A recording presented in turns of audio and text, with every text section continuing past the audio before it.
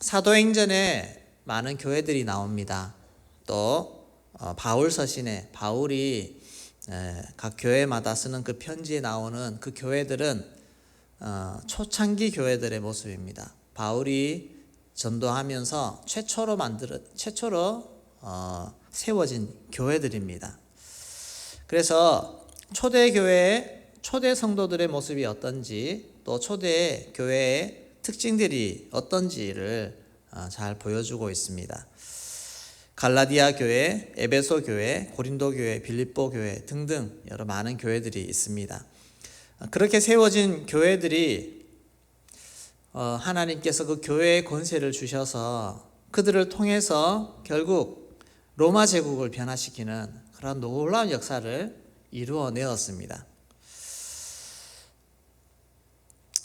유럽의 문화를 기독교 문화로 완전히 바꾸는 그런 놀라운 역사들이 그 교회를 통해서 이루어졌다는 것입니다. 그러면 어떤 사람들이기에, 이 교회 성도들이 도대체 어떤 사람이기에 그런 놀라운 일을 할 수 있었을까? 우리가 성경에 보면 고린도 교회에 수많은 문제점들이 많고 교회의 특성상 많은 문제점들이 있지만 그럼에도 불구하고 교회의 성도들이 세상을 변화시키는 그 일을 감당해냈다는 것입니다. 우리들도 우리 자신을 어떤 모습으로 볼 것인가, 그 관점에 따라서 하나님께서 오늘 시대도 동일하게 세상을 변화시키는 그런 크고 멋진 하나님의 일꾼으로 우리를 세우실 줄로 믿습니다. 그런 관점에서 오늘 하나님께 크게 쓰임받는 사람, 우리 어떤 사람인지 살펴보도록 하겠습니다. 먼저는 자신의 육체의 한계를 보지 않는 사람, 자신의 육체의 한계를 보지 않는 사람입니다. 26절 말씀을 우리 같이 읽어보도록 하겠습니다. 형제들아, 너희를 부르심을 보라. 육체를 따라 지혜로운 자가 많지 아니하며 능한 자가 많지 아니하며 문벌 좋은 자가 많지 아니하도다. 육체를 따라, 이 말은 세상 사람들의 기준으로 볼 때라는 뜻입니다. 세상 사람들이 볼 때 어떤 사람이냐? 지혜로운 자도 아니요.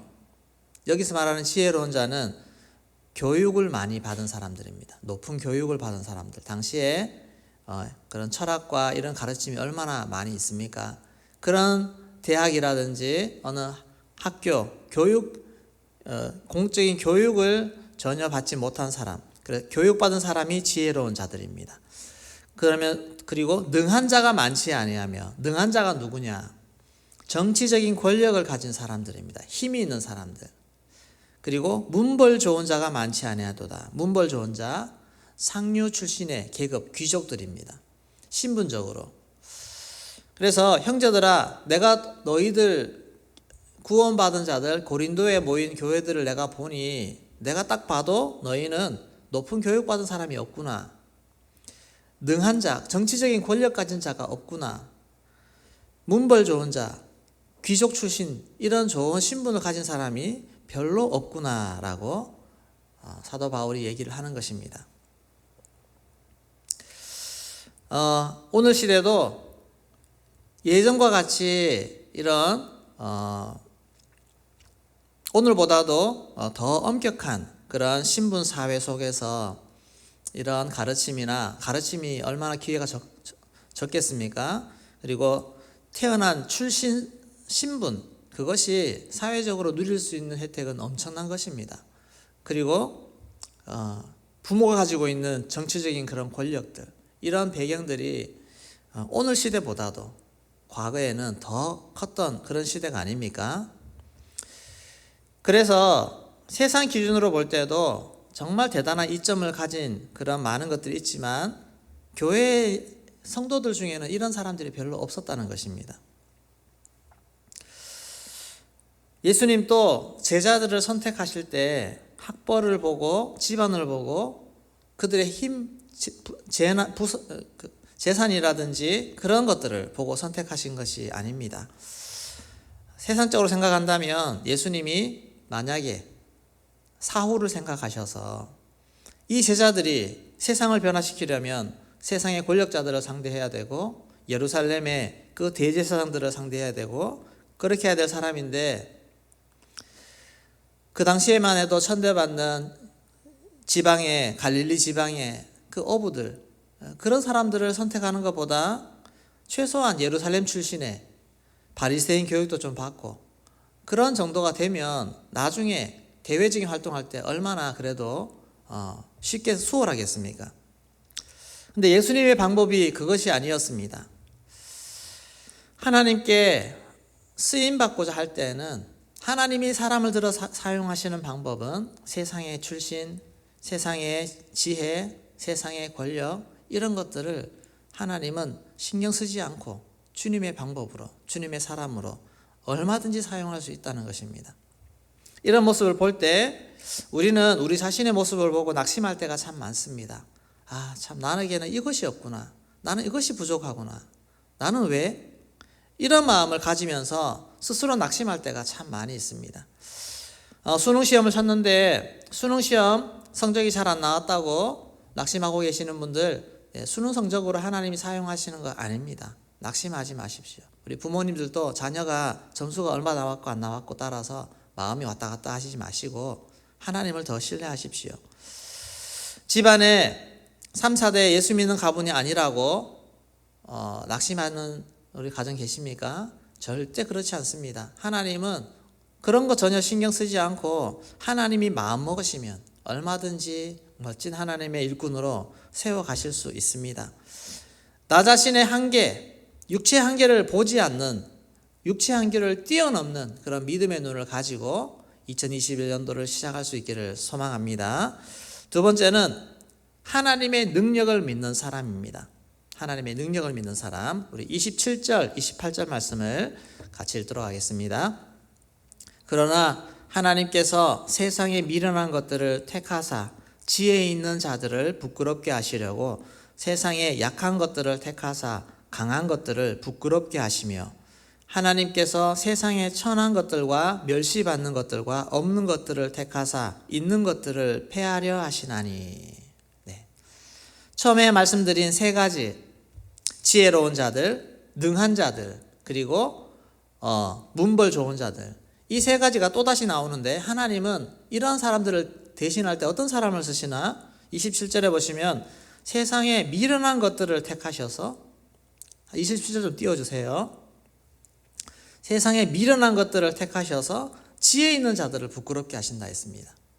그리고 능한 자들에 대해서는 세상에 약한 것들을 택하사 강한 것들을 부끄럽게 하시고, 28절에는 세상에 천한 것들, 멸시받는 것들, 없는 것들을 택하사 있는 것들이 뭡니까? 아까 말한 문벌 좋은 자들입니다. 있는 것들을 폐하려 하시나니. 하나님은 얼마든지 세상의 조건을 갖추고 있지 않은 사람들을 통해서 일하신다는 것입니다.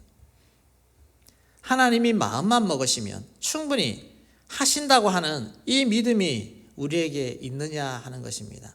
하나님의 능하신 손 아래서 하나님이 높이시고 낮추시고 모든 것을 할 수 있고 폐하시고 세우시는 그 일이 하나님의 손에 있다고 하는 것, 이 믿음을 우리가 가지는 것입니다. 그래서 29절 말씀 같이 읽겠습니다. 이는 아무 육체도 하나님 앞에서 자랑하지 못하게 하려 하심이라.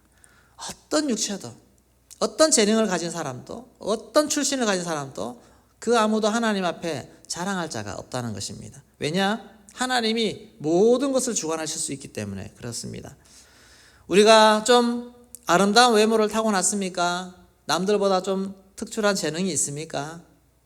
은사가 많습니까? 이 모든 것이 어디로부터 왔습니까? 다 하나님으로부터 왔습니다. 그래서 우리는 절대 자랑할 것이 못 됩니다. 하나님이 우리에게 사명을 위해서 주신 것들은 하나님 위해서 충성되이 사용하는 것이지, 그것으로 내 영광을 삼고 내 자랑 삼고 내 영광, 내가 자랑하는데 그것들이 사용되면 안 된다는 것입니다. 하나님 앞에서 교만하면 하나님은 즉시로 우리를 부끄럽게 만드십니다. 자랑하는 자는 하나님이 싫어하시기 때문에 그렇습니다. 또 내게 아무런 능력이 없다고 불평하는 것도 하나님의 주권을 무시하는 것입니다. 하나님이 나를 이 땅에 보내신 계획과 뜻을 내가 바라보지 않고 내 욕심 따라서 내 인생을 꾸려가려고 하는 것이 하나님 나에게는 왜 이것이 없나요? 하나님 나에게는 왜 저것이 없나요? 불평하는 것입니다. 모든 불평을 다 거두고 또 불평한 입술이 있습니까? 하나님 앞에 회개하시고 하나님이 나를 향한 계획이 있다는 것을 바라보시고 하나님 앞에 믿음으로 나아가시기를 소망합니다. 하나님은 내게 주시지 않은 재능 때문에 나를 책망하지 않으십니다. 나에게는 없는데 하나님 그거 요구하시지 않습니다. 믿음이 없음을 책망하시지 재능 없음을 책망하시지 않습니다. 하나님이 하시면 무엇이든지 가능하시기 때문에 그렇습니다.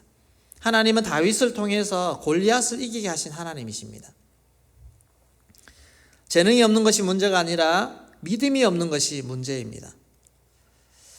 하나님께 주권을 맡기시고 하나님이 내게 어떤 삶과 어떤 사역을 허락하셨는지 거기에 포커스를 맞춰 보십시오. 그러면 하나님은 그에 맞는 모든 능력과 모든 재능, 모든 것을 다 부어주실 줄로 믿습니다. 하나님 맡기신 일에 대해서는 하나님 저 못해요, 그 말이 아니라 하나님 맡기셨으니 주님 감당할 능력을 주십시오. 나와 함께 하셔서 잘 감당할 수 있게 해주십시오. 그런 마음 믿음으로 올 한 해 주님 주신 사명들을 충성스럽게 잘 감당하기를 소망합니다. 못한다고 하면 하나님 싫어하시고 하나님 화내십니다. 모세 보십시오. 하나님 저는 말도 못해요, 이것도 못해요. 하나님이 화를 내셨습니다. 오늘 우리의 모습도 못한다가 아니라 하나님 맡겨주셨으니 능력 주십시오. 함께 해주십시오. 주님이 되게 해주십시오. 그런 마음으로 기도하며 달려가시는 올 한 해가 되기를 소망합니다. 또 마지막 세 번째, 하나님께 쓰임 받는 사람, 예수 안에 거하는 사람입니다. 예수 안에 거하는 사람. 세상의 기준을 뛰어넘어서 하나님께 쓰임 받을 수 있는 사람이 되는 마지막 조건이 바로 예수 안에 거하는 것입니다. 우리 30절 말씀 같이 읽겠습니다. 너희는 하나님으로부터 나서 그리스도 예수 안에 있고 예수는 하나님으로부터 와서 우리에게 지혜와 의로움과 거룩함과 구원함이 되셨으니. 우리는 하나님으로부터 왔습니다. 하나님으로부터 왔는데 우리가 결국 어디로 들어가야 될 것일까? 예수 그리스도 안으로 가야 됩니다. 예수님도 하나님으로부터 왔습니다.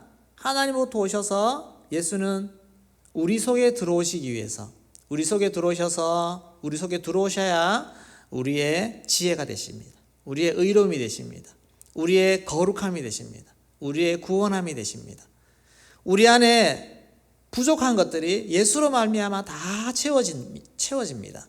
그것은 우리가 예수를 구하고 바랄 때 예수님이 우리 안에 들어오시고 우리는 예수 안에 거하고 이럴 때 이것이 가능한 것입니다.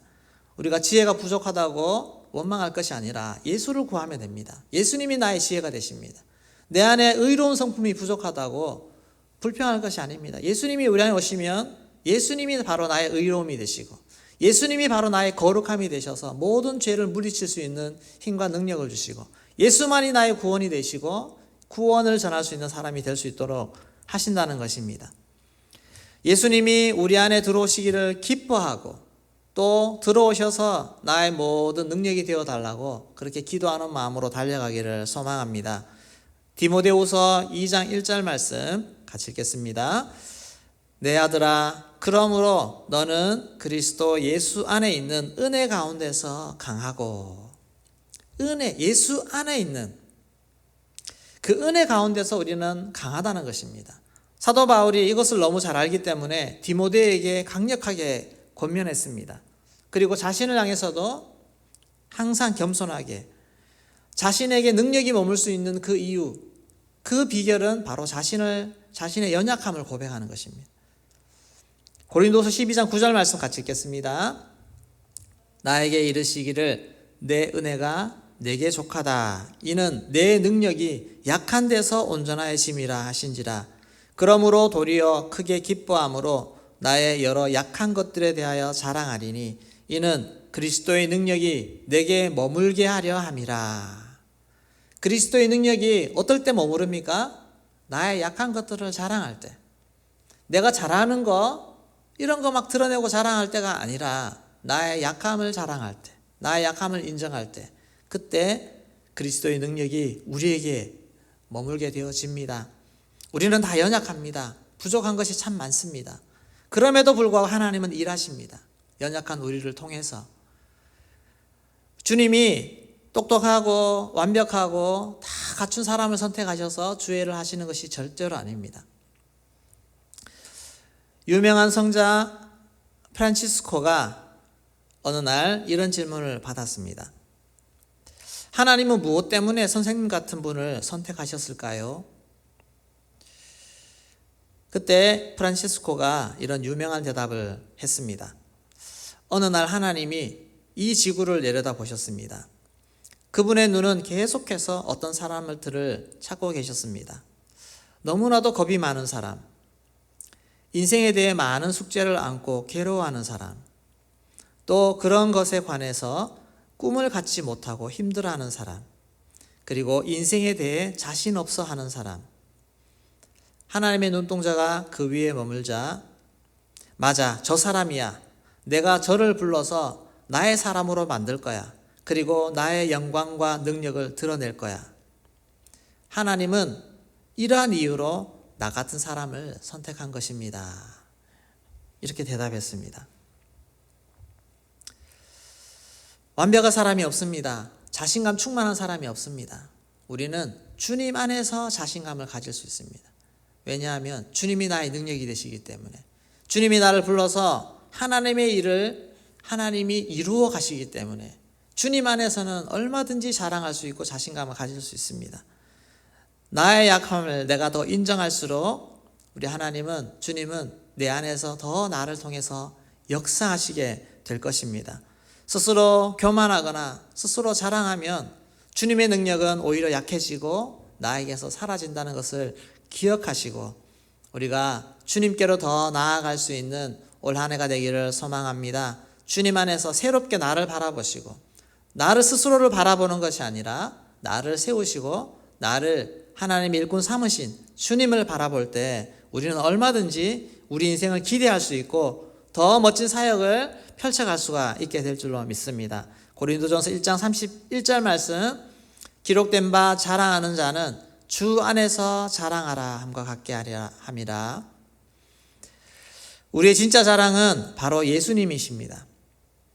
나의 약함을 자랑하는 것입니다. 그리고 내 안에서 나를 통해 일하시는 그 주님을 마음껏 자랑하시는 올 한 해가 되기를 소망합니다. 그래서 우리의 고백이, 하나님, 저에게는 수많은 약점들이 있습니다.